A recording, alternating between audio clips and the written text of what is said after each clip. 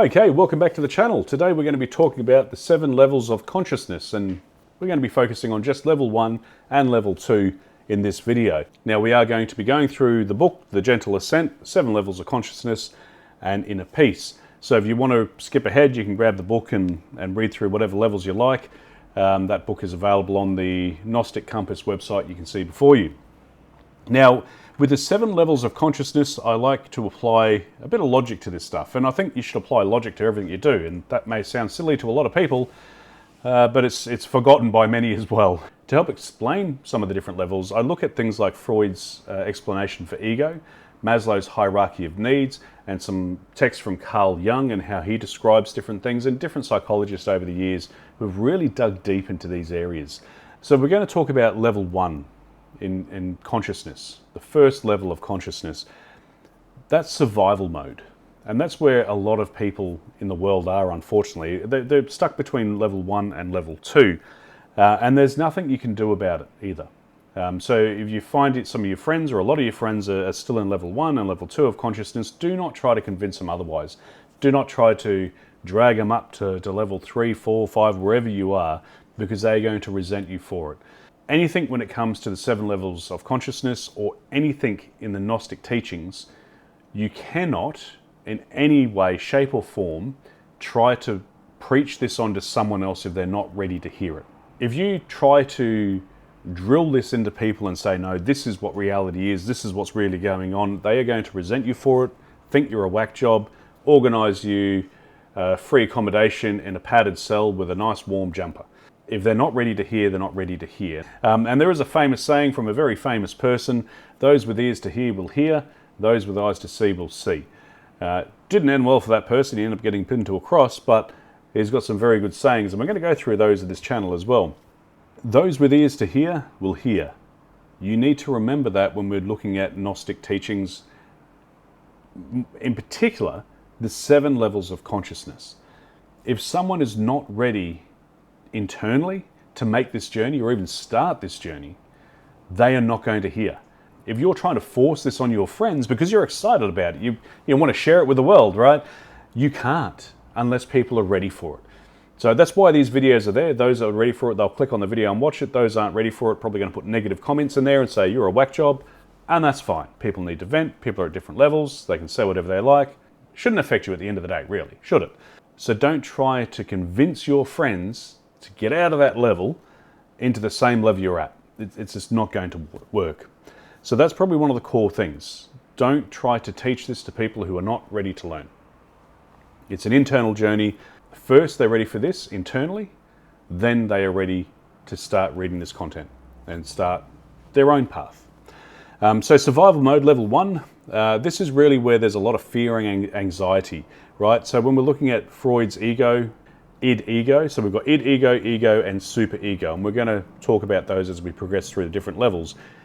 So the id-ego is your primal functions. Think of a baby. When a baby is hungry, the baby's going to cry. When the baby has a dirty nappy, the baby's going to cry. When the baby's born, guess what? The baby's going to cry, because that's their id-ego. They know if this is wrong, if they do this, they get this response. And that is no different to a fully grown person in level 1. Their id-ego is taking control, and it's a safety mechanism for them because they are in survival mode. Now, if we add that, so with the id-ego from Freud's explanation of ego, compare that with Maslow's hierarchy of needs, we're going to see the person's also at the bottom of the pyramid. So the hierarchy of Maslow's hierarchy of needs is just a pyramid showing the different levels of progression. So at the bottom of Maslow's hierarchy of needs, you've got your biological and physiological needs.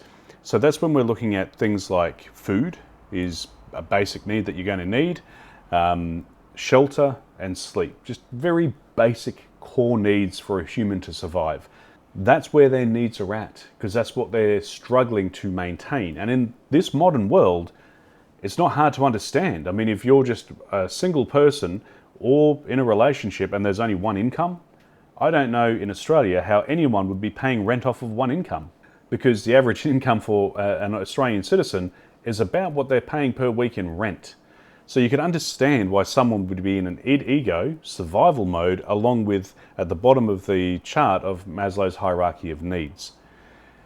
So that's explaining from a psychological point of view where someone's emotions are at and what's going on. Carl Jung will explain it as survival mode as well. So everything that's happening to them in their world, they're just trying to keep their world together as hard as it may be, and they're exhausted.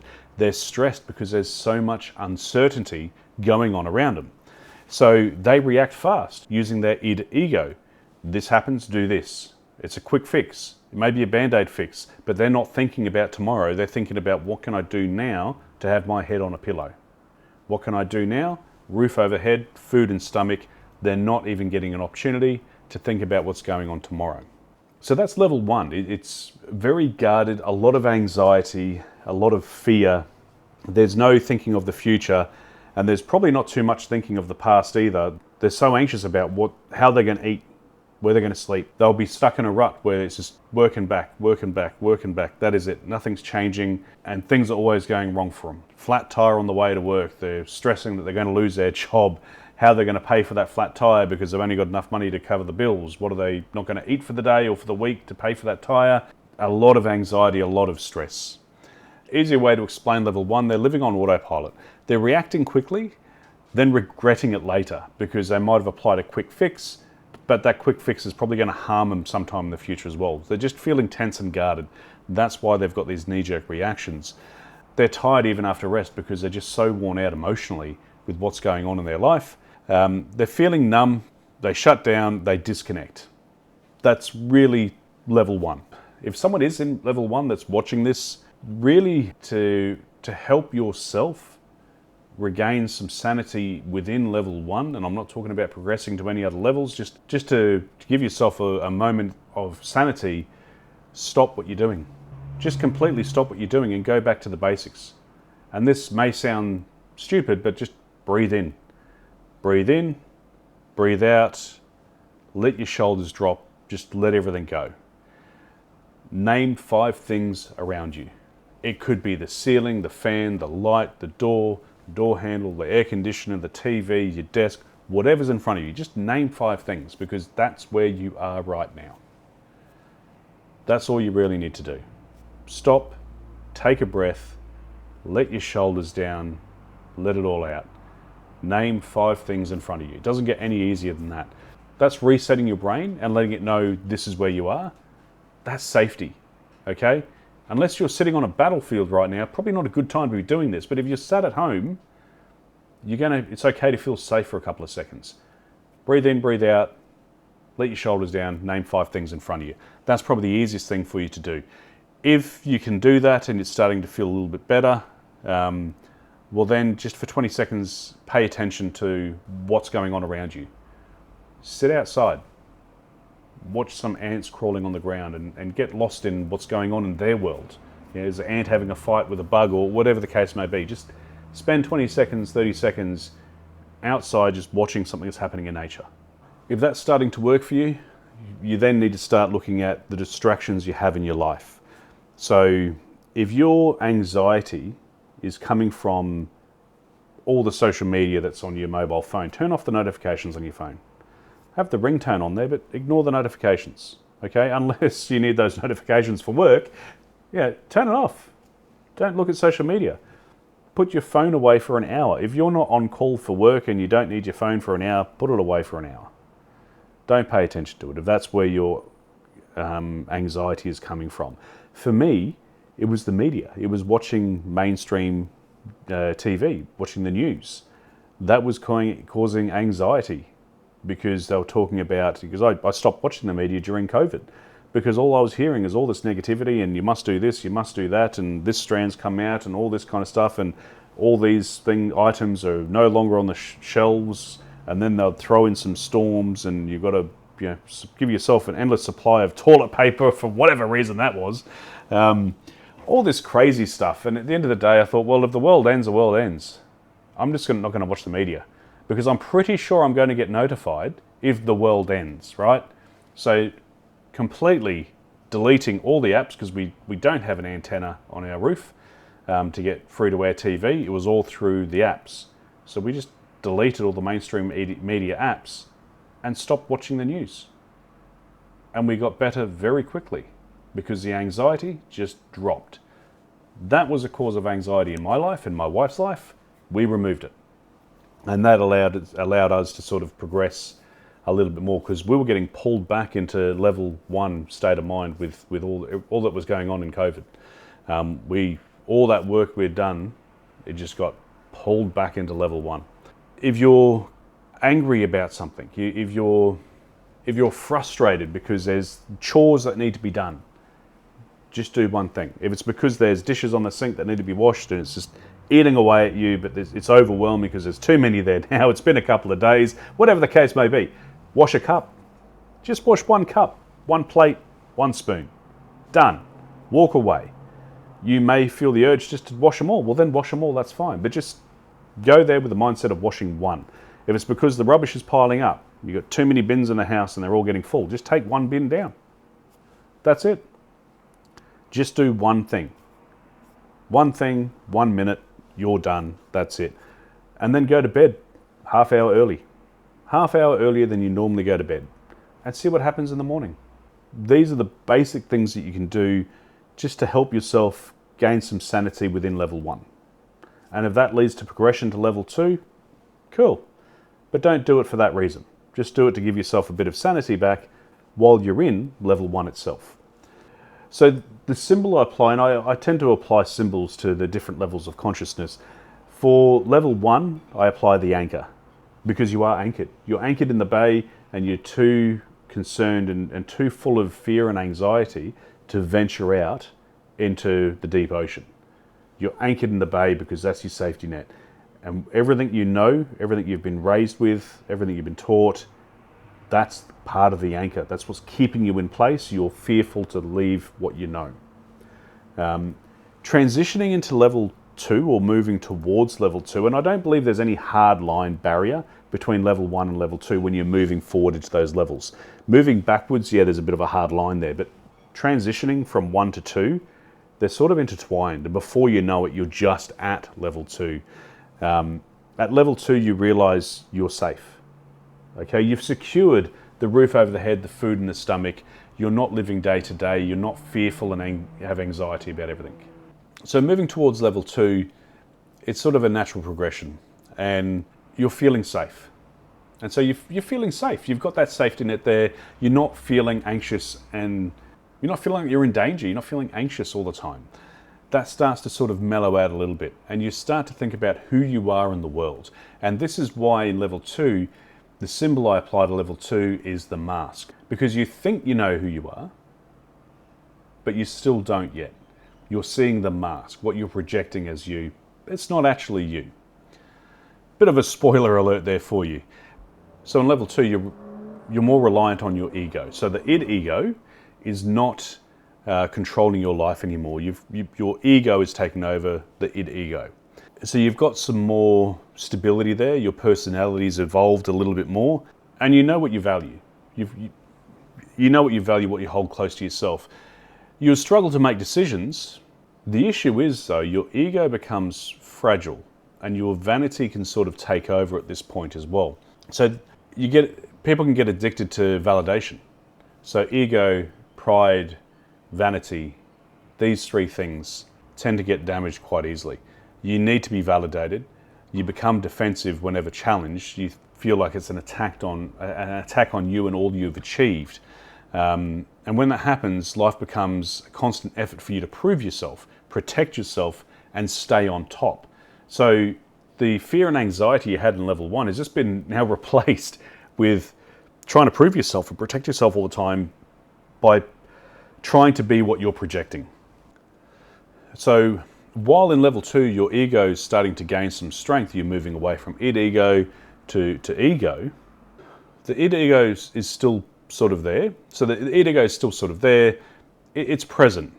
You still want comfort and relief, and you still feel urges, but the urges are no longer automatically obeyed. You are stopping and thinking, okay, well, I could have that reaction, but how's that going to affect me tomorrow? You're starting to consider things. You're noticing what's going on around you, and you're willing to, you have the luxury of being able to go, I don't need to respond to this right now. I'm going to think of the best way to get around that. The superego is still present too. It still carries ideas, rules, and standards. But in level 2, you begin to soften the harsh edges of inner judgment. Instead of only hearing you should, you start hearing something more calmer, more realistic. Consider, you need to consider this. Not you should be doing this or you must do this. This is something you need to consider. This is something you need to think about.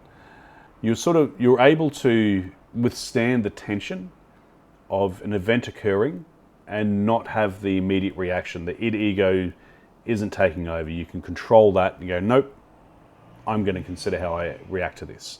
So you're getting a slight detachment from your emotions from your nervous system, but there's still a strong attachment there. When we're talking about Maslow's hierarchy of needs, you've moved up a level. So with the hierarchy of needs, you have routine, there's order, you've got some structure in what you're doing now, and you're more free from fear. There's still fear there, you're just more free from it. So you're mentally in a better state of mind. The movement from your basic survival into safety and connection doesn't mean life is perfect. It just means that you're starting to create a more predictability to what's going on in your world. Routine becomes possible. Rest becomes more regular. You begin to feel less at mercy to the day. You're not just surrendering to the chaos. You've taken control over it. So in level 2, you'll find yourself, returning calls, for example. It may seem silly, but in level 1, you're in fear and anxiety of everything, and you're probably going to have money troubles and stuff like that. If someone's calling you from an unknown number, you're not going to answer it.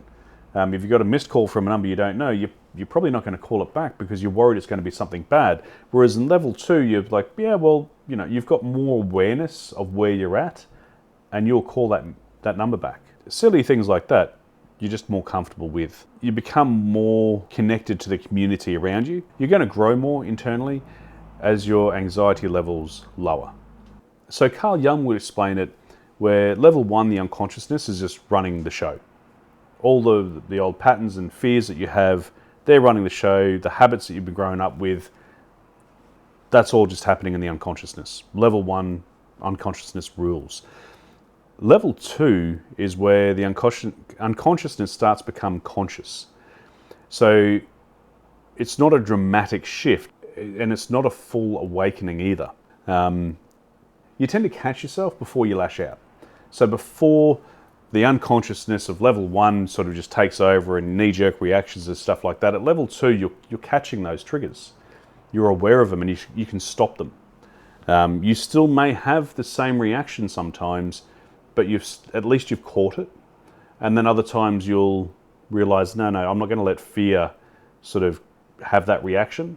It's better that I do this. So you're thinking of the future instead of the id ego taking over saying, no, fix this, it's a band-aid fix, it's going to be horrible for me tomorrow, but as of now, that problem's gone.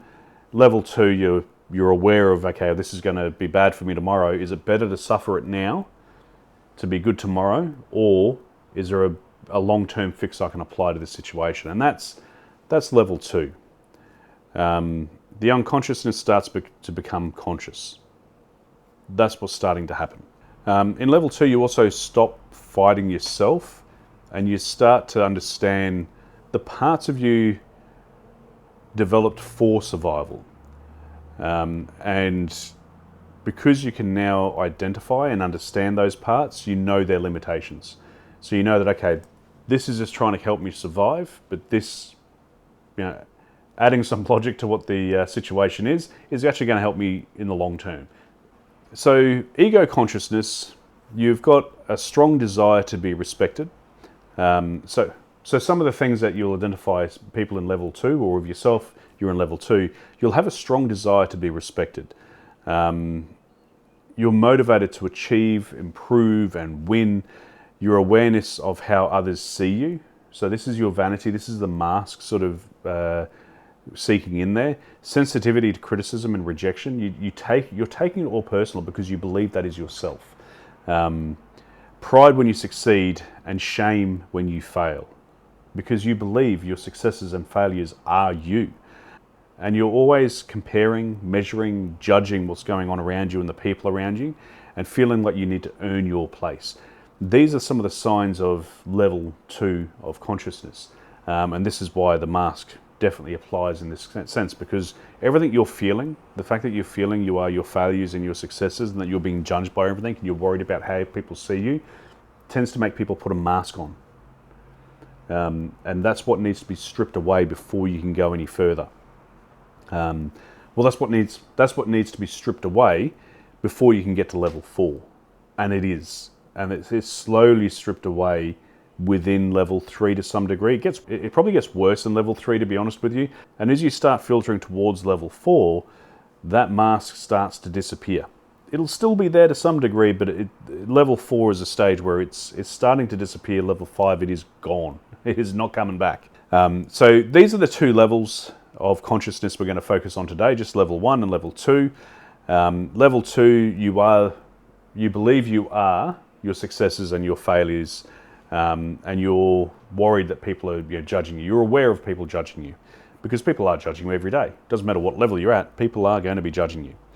So that's all we're going to go through today with these 2 levels. If you have any questions about it, feel free to put in the comments, and if I get a chance, I'll answer those questions in there. And if there's someone else in the comments that experienced these levels and have progressed through them, and you've got some advice for people, share. This is a community.